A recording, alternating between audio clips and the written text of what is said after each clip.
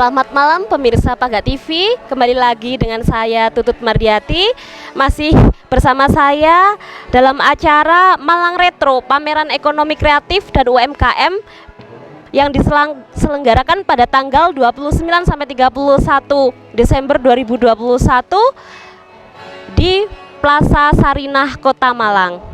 Dan saat ini saya sedang bersama dengan Mas Kristiono, dan sebentar lagi saya akan berbincang-bincang dengan Mas Kristiono. Selamat malam Mas Kristiono, bisa memperkenalkan diri terlebih dahulu? Ya, terima kasih atas kesempatannya Paga TV yang mau memberikan waktunya untuk ya sama-sama ya kita untuk berbagi.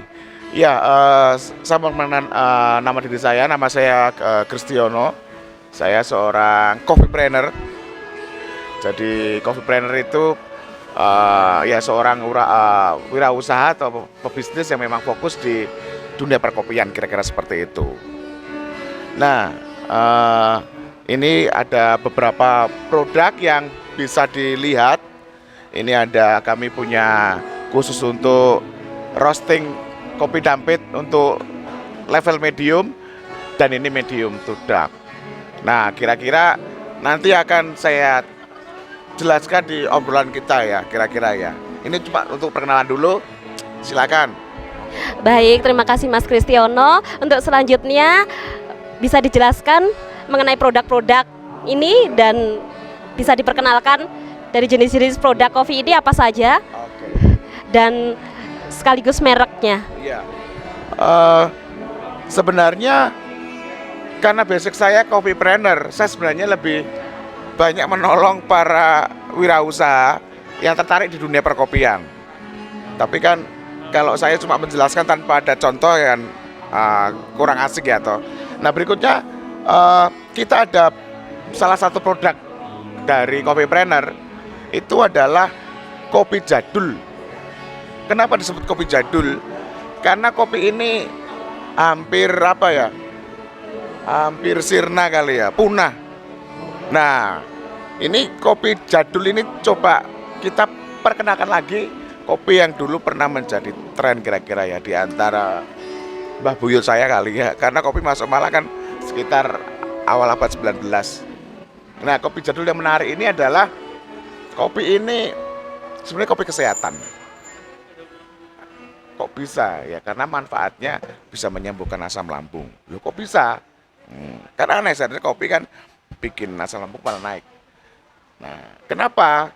Karena kopi ini memang satu, kita ambil kopi yang terbaik, kelas 1 atau premium. Kenapa? Karena yang kelas 1, kopi yang diambil memang kopi yang merah saja yang dipetik.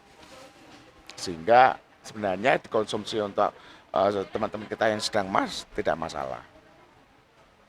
Nah, masalah. Nah, kopi ini mulai kita proses dari proses natural. Proses natural itu kopi habis dipetik dari ceri, itu kita jemur sampai 1 bulan. Kalau panas 1 bulan sudah bagus. Nah, setelah itu kita ambil bijinya, yang hijau itu ya, green bean ya. Nah, habis dari green bean, dari proses natural tadi, penjemuran, setelah itu ada roasting, 2-3 bulan, kemudian baru di roasting. Nah, ini bentuknya. Roastingan pun ada berapa level. Brown ya, brown to medium, medium to dark, sama dark. Nah, masing-masing proses dari roasting ini juga berpengaruh kepada manfaat kopi itu sendiri. Kopi semakin gelap, semakin hangus atau dark, itu pastinya akan pahit. Terus kafeinnya tinggi. Makanya dikonsumsi untuk orang yang sedang mengalami lambung akut tidak boleh. Nah, untuk kopi fermentasi saya ngambil yang medium. Medium ini berarti setengah matang ya.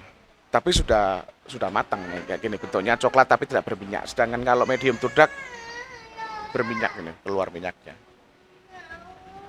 Nah, yang kita produksi untuk kopi jadul adalah kopi yang medium. Kenapa medium? Karena untuk kadar kafeinnya sedikit. Terus rasanya fruity banget, buah. Nanti bisa dicoba nanti. Jadi ini kopinya rasa buah. Padahal tidak dikasih gula, tidak dikasih apa-apa. Nah, manfaatnya adalah satu, membantu stamina, kolesterol. Nah, itu bagus. Di sini saya lihat ada kopi jenis bubuk dan kemudian ini yang cair. Perbedaannya bagaimana? Kemudian untuk yang kopi bubuk ini mungkin bisa dijelaskan cara penyeduhannya agar khasiatnya bisa. Ya, kalau yang jenis kopi ini adalah medium to dark. Jadi di atasnya medium. Kenapa kopinya dijadikan medium to dark? Supaya karakter kopi dari pahitnya itu nyundul. Tidak bold, tidak tebal tapi terasa gitu pahitnya. Nah, ini khusus kopi bubuk lembut. Ini cocok untuk kopi tubruk. Ya, penyajian yang terbaik untuk penikmat kopi tubruk yang level medium to dark itu memang saya bikin untuk penikmat kopi tubruk. Kenapa? Karena di level medium to dark itu rasa kopi fruitynya masih terasa, gurih flavor, enak. Terus kemudian kalau misalnya perutnya tidak enak, itu masih bisa diterima. Nah, penyeduhan kopi yang ideal ya, bukan yang paling bagus untuk penikmat kopi adalah supaya karakternya itu keluar. Kopi itu kan punya body tuh, ada creamy, ada intinya yang hitam itu sama bawahnya deg-degannya atau bahasa Indonesianya apa itu, lapisan paling bawah. Nah, kopi yang sehat, kopi yang bagus itu creamy. Jadi di atas kopi itu ada kayak topping, kayak busa kayak itu sebenarnya dari kopi. Nah, penyajian yang standar yang bagus itu adalah waktu kita nyeduh kopi tubruk idealnya 10 gram sampai 15 gram. Oke ya. Habis itu kopi itu waktu air mendidih kita diamkan kurang lebih 2 menit maksimal. Karena kopi yang ideal derajatnya 90 sampai 95. Kalau mendidih 100% rusak kopi, rasanya kopi itu akan hilang, akan ke bawah panas itu. Jadi setelah 1,5 menit kopi panas dituangkan tapi jangan penuh. Misalnya ini gelas 1/4 lah. Tujuannya apa? Supaya ada oksidasi. Oksidasi itu gelembung-gelembung karbonnya itu pecah naik ke atas. Nah, gelembung-gelembung itu bikin asam lambung naik. Nah, itu bisa ditap sampai coklatnya kopi itu buihnya muncul. Habis itu nunggu 1 menit sampai 2 menit dituang lagi air yang panas tadi. Air yang panas tadi sudah kurang lebih 85 sampai 80 derajat. Nah, dituang sampai penuh ya. Nah, itu busanya kopi itu akan keluar, kremanya akan berbuih. Kopi yang berbuih itu membuktikan kopi itu fresh, bagus, masih baru. Nah, setelah itu didiamkan 1 menit 2 menit baru dinikmati. Saran saya lebih enak pakai mengonsumsi kopi atau minum kopi tanpa gula. Buat teman-teman yang penderita MAH bisa sembuh oleh kopi dengan catatan nih, waktu minum kopi harus dicampur dengan susu dulu. Kita tahu bahwa kopi itu kaya akan antioksidan, kopi yang bagus. Fungsi antioksidan buat tubuh kita kan salah satunya itu adalah memperbarui struktur sel yang rusak.